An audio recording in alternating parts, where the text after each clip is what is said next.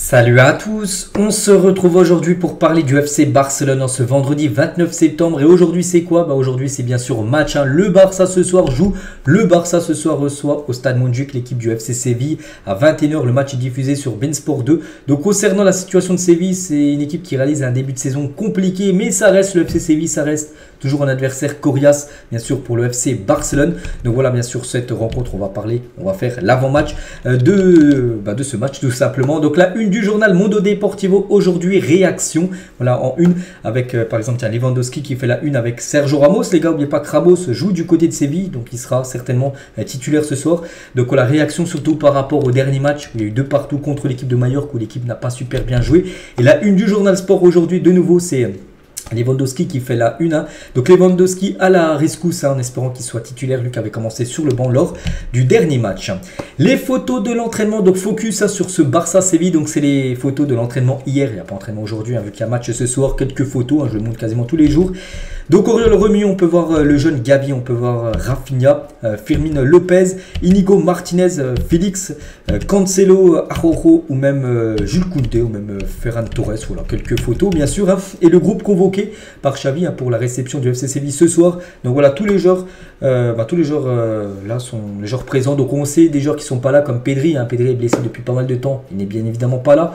La même chose pour Frenkie de Jong, il a été blessé lors du dernier match, donc bien sûr il n'est pas aussi présent pour cette rencontre. Sinon, que ça soit Koundé, Gundogan, que ça soit Marcos Alonso, Baldé ou même Lewandowski sont bien sûr présents pour cette rencontre. On va parler maintenant de la conférence de presse de Xavi. Chaque fois qu'il y a un match, toujours il y a la conférence de presse du coach. Donc le match contre Séville sera très difficile, dur, physique, mais nous sommes chez nous, nous avons besoin des fans et de l'atmosphère à Montjuïc pour retrouver le chemin de la victoire. Donc nous affrontons une équipe difficile chez nous car ils sont champions de la Ligue Europa. Voilà, cette équipe de Séville, on sait qu'ils performent dans cette compétition. Donc Mendy Libar, donc le coach, fait un excellent travail. C'est un match compliqué et nous avons besoin de nos supporters et de l'ambiance qui s'est créée du côté du stade Montjuïc. N'oubliez pas les 2 derniers résultats du côté du stade Montjuïc. C'est des belles victoires. Il y a eu déjà la remontada contre le Celta Vigo, on perdait des 0, il y a eu 3-2. Puis surtout les 2 derniers matchs, ça a été 2 fois 5-0. Donc en espérant que ce soir ça soit de nouveau une victoire avec pas mal de buts si possible.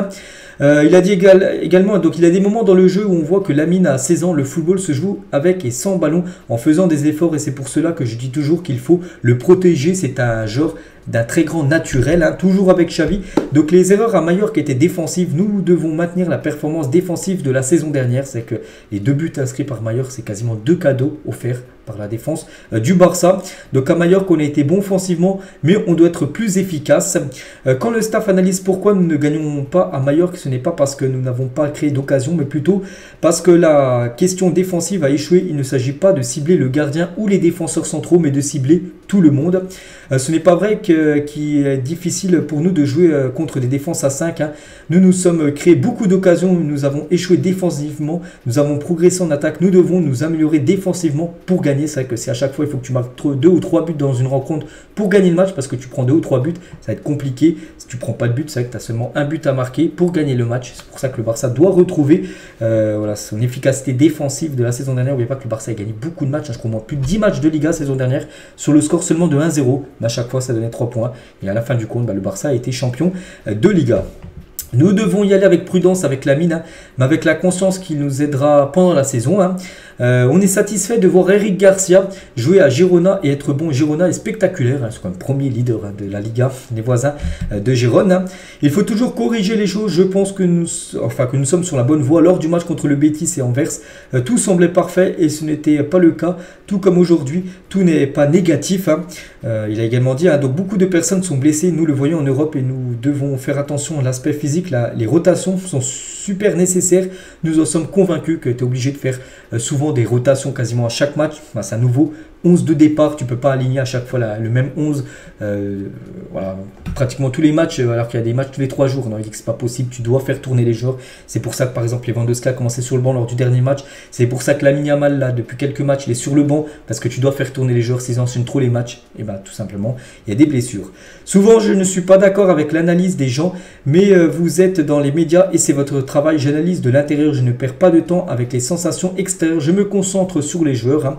Le Real Madrid Madrid TV, il a dit, je ne vais pas donner mon avis. Qu'est-ce que je peux dire? Ça ne me concerne pas parce que hier, j'en avais parlé pour ceux peut-être qui n'ont pas vu l'épisode, que du côté du Real Madrid, donc il y a une chaîne Real Madrid TV, en gros, ils mettaient des émissions par rapport aux erreurs des arbitres et surtout, ils mettaient que les arbitres des fois favorisaient le Barça. Donc il n'a pas réagi par rapport à ça. Tout simplement, Xavi, il a boycotté en touche.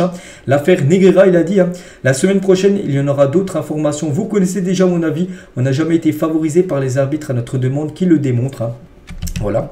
Toujours avec Xavi, donc ce week-end nous avions besoin de Fermin Lopez suite à la blessure de Francky. Nous jouons mardi, je pense qu'il peut nous être utile cette année, c'est sûr, Fermin Lopez. Qui a joué en fin de match, peut-être même, pourquoi pas, commencer titulaire lors du match de ce soir. C'est une possibilité. Jouer contre Ramos puis Pepe, il a rigolé, parce que c'est vrai que ce soir c'est Sergio Ramos, puis Pepe, c'est mardi prochain, parce que Pepe joue à Porto, et c'est le prochain adversaire du Barça en Ligue des Champions, Porto-Barça. Ça sera mardi prochain. Lamine est un joueur normal de l'équipe première. Quand on lui parle individuellement, on lui parle en sachant qu'il a 16 ans. Jouer dès ce vendredi, c'est vrai que le Barça joue mardi et le Barça rejoue dès vendredi. Voilà.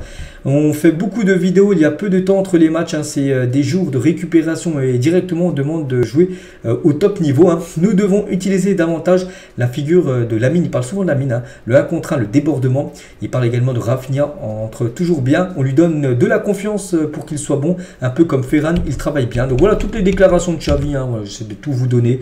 Donc il parle de tout, il parle du match de ce soir, il parle aussi des fois de choses en dehors bien sûr de la rencontre du jour. Toujours bien sûr sur ce Barça-Séville, vu que là on est en plein avant-match.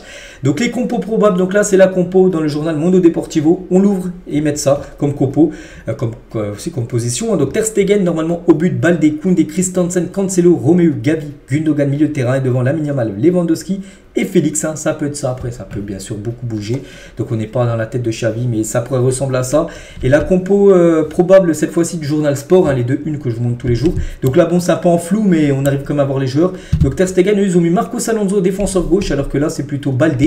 Ça peut être Balde ou même Marcos Alonso. Peut-être Balde pourrait souffler. C'est vrai qu'il n'a pas été en plus super bon Balde lors du dernier match.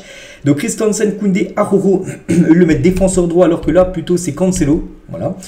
Toujours sur la compo de Sport, donc Gavi, Oriol Romeu, Sergio Roberto milieu de terrain, alors que Gundogan dans Mundo Deportivo plutôt titulaire. Devant Rafinha, Lewandowski et Lamine, alors que c'est plutôt Félix qui pourrait être ailier gauche, alors que là c'est plutôt Rafinha.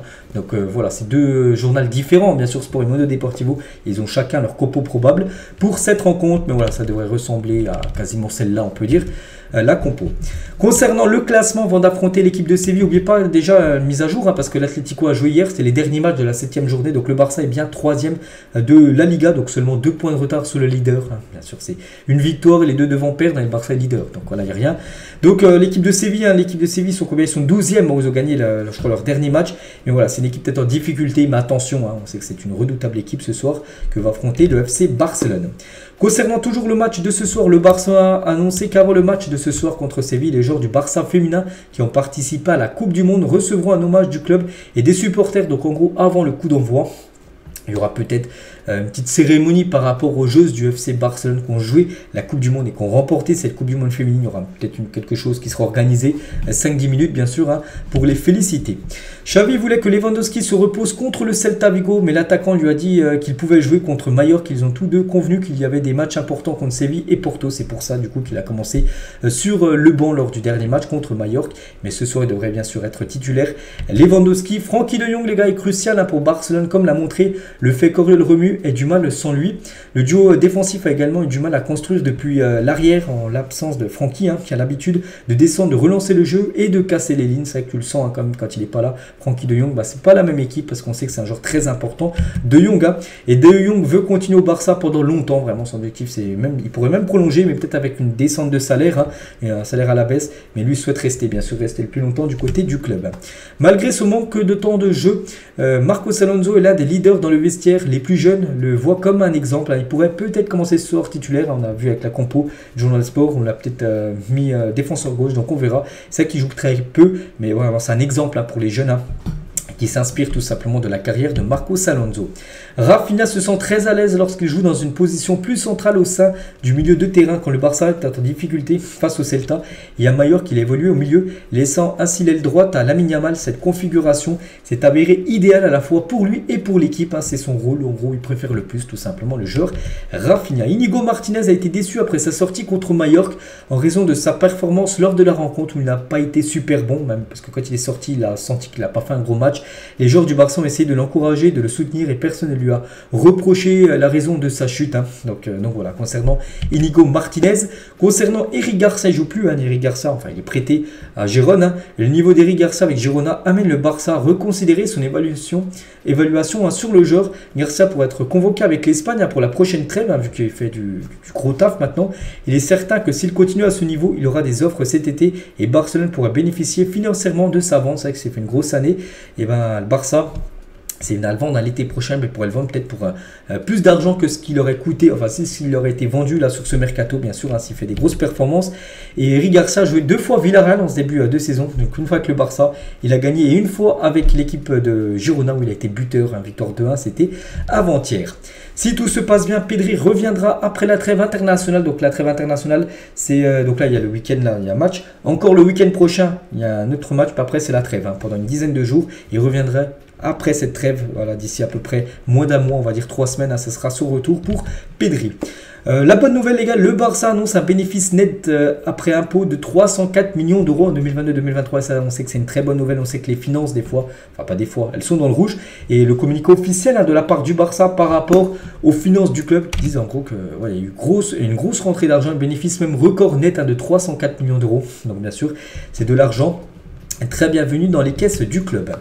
Il y avait aussi des infos hier qu'on a pu voir sur le Barça qui pourrait être banni du football. Bon, ça ne va jamais arriver. Et le club catalan risquerait jusqu'à la dissolution dans le procès qu'il accuse de corruption. Le juge en charge de l'affaire Negra considérerait ainsi que ce dernier était un fonctionnaire public au moment des faits, de quoi mettre le Barça dans une situation complexe et aller jusqu'à même la dissolution du club, c'est-à-dire que le club ferme.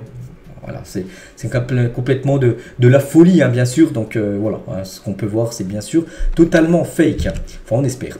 Victor Osimhen, il a dit, l'attaquant nigérian: quand j'étais jeune, mon équipe préférée était le Barça grâce à Samuel Eto'o. Et c'est toujours mon équipe préférée.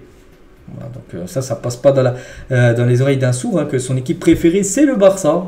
Bon, après, ça coûte cher, Victor Osimhen. Pourquoi pas, après l'après Robert Lewandowski, essayer de recruter Victor Osimhen. Donc, on verra dans le futur.